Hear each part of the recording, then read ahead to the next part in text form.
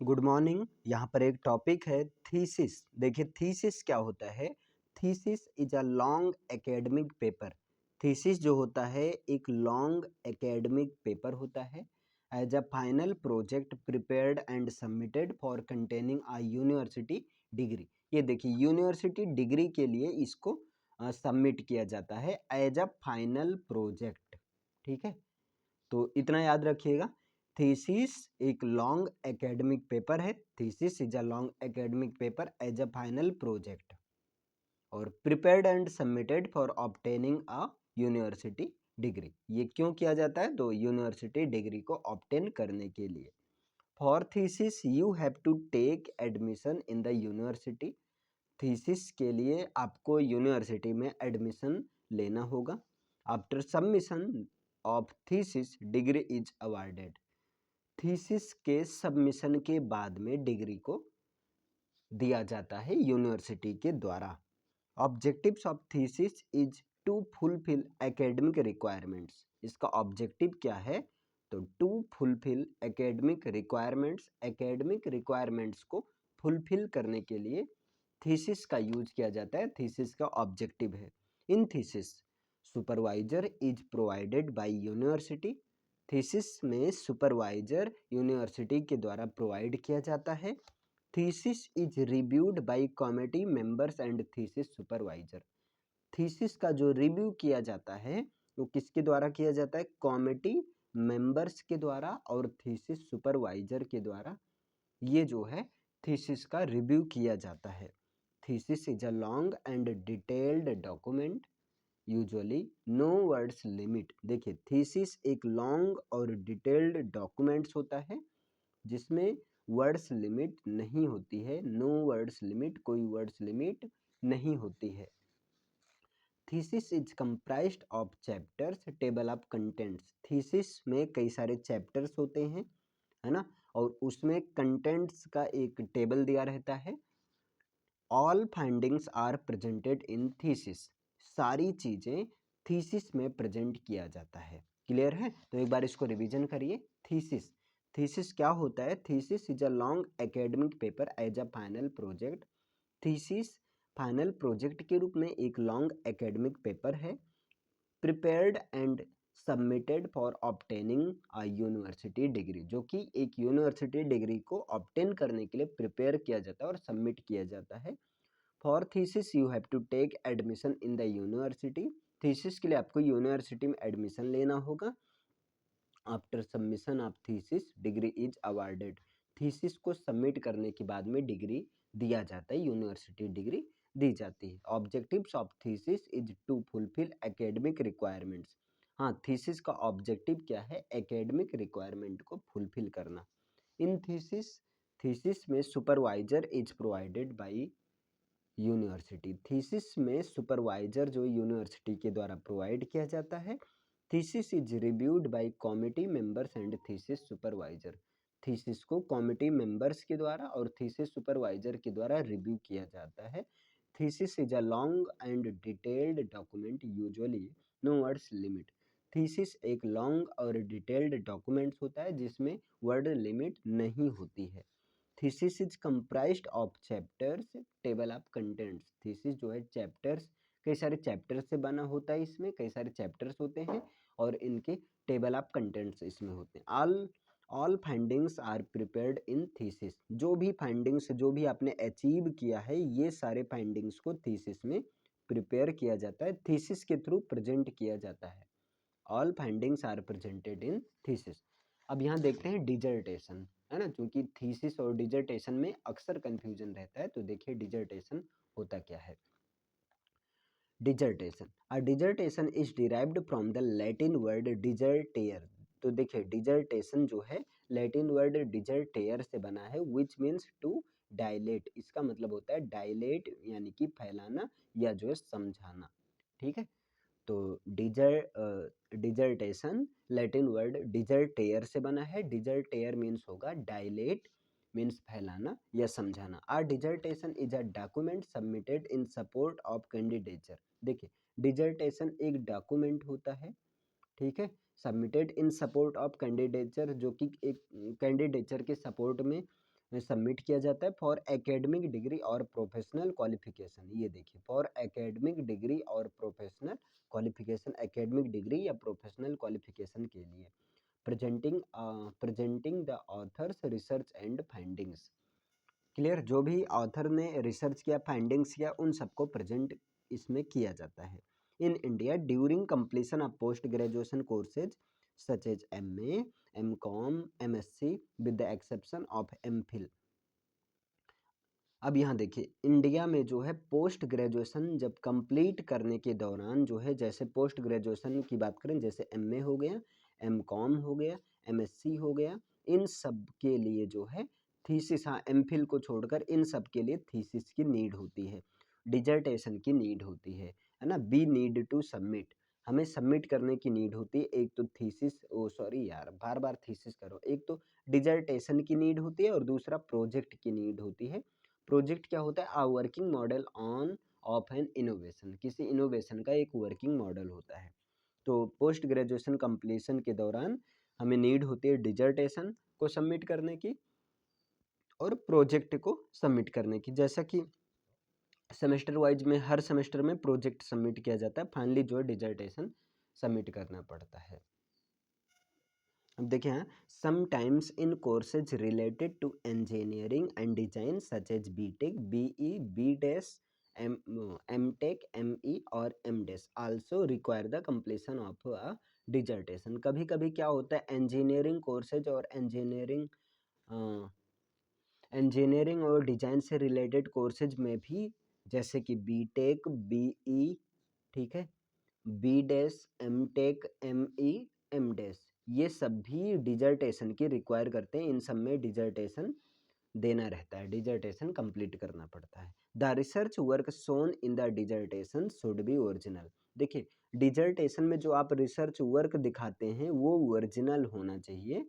Here the originality does not mean the research has not been done before. यहाँ originality का मतलब है, क्या मतलब है कि here the originality does not mean, या ओरिजिनलिटी का मतलब ये नहीं है कि रिसर्च जो है पहले, इसके पहले कभी किया ही नहीं गया हो, but it is important that the experiment has been carried by you. बल्कि यहाँ पर इम्पॉर्टेंट ये है कि आप जो भी एक्सपेरिमेंट किए हों वो आपके द्वारा किया गया हो।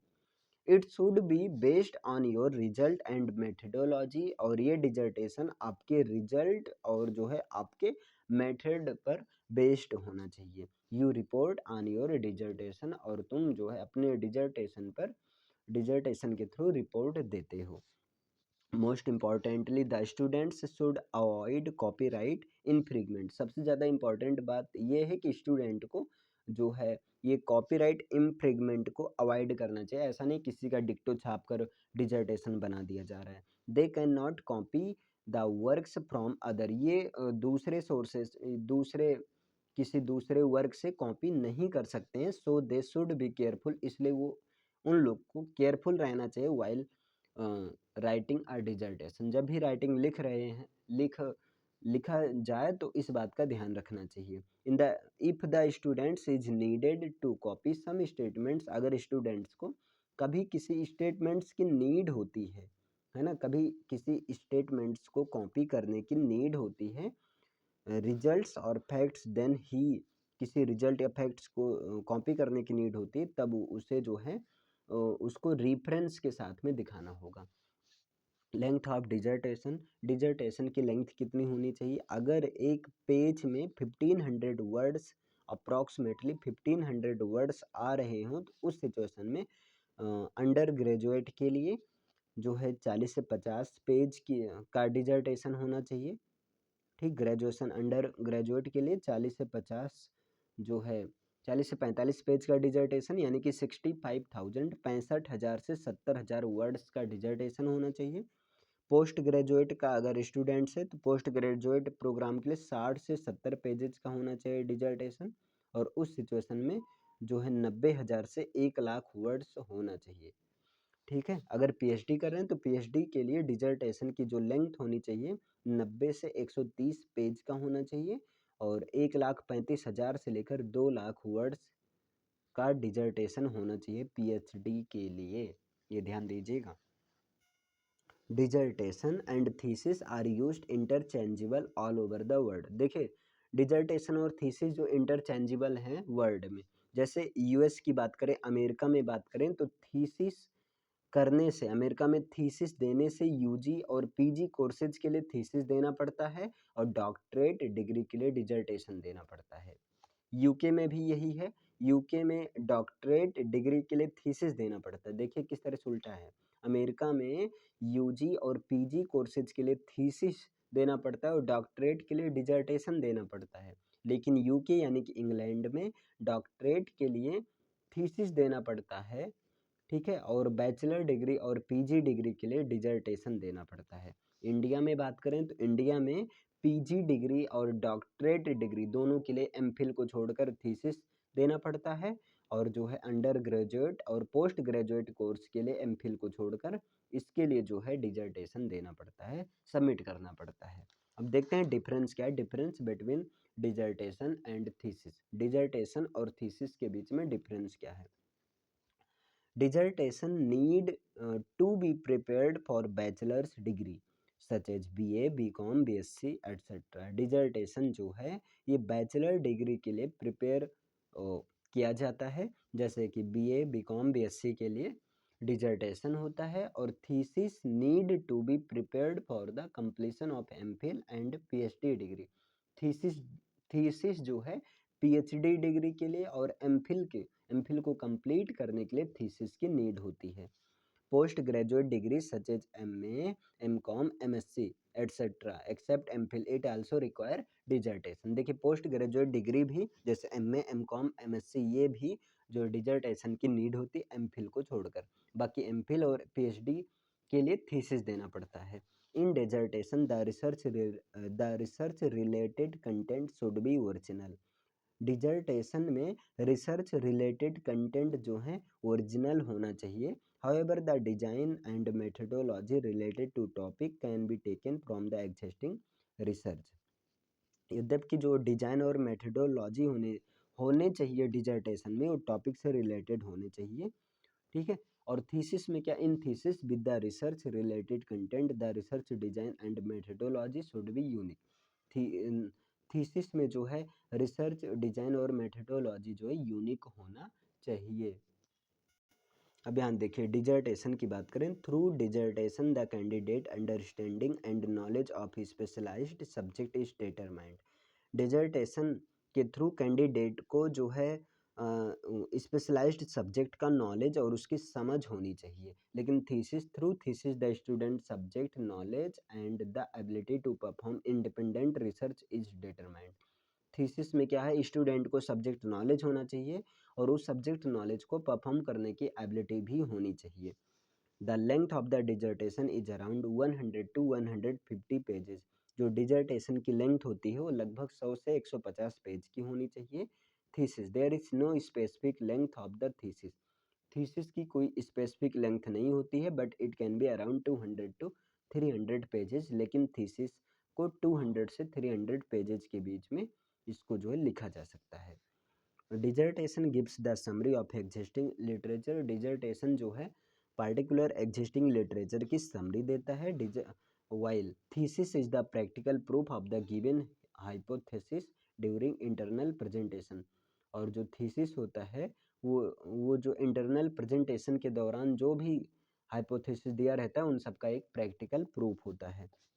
इम्पायरिकल डिजर्टेशन, अब देखिए इम्पायरिकल डिजर्टेशन क्या होता है। This type of dissertation is based on collecting data by survey.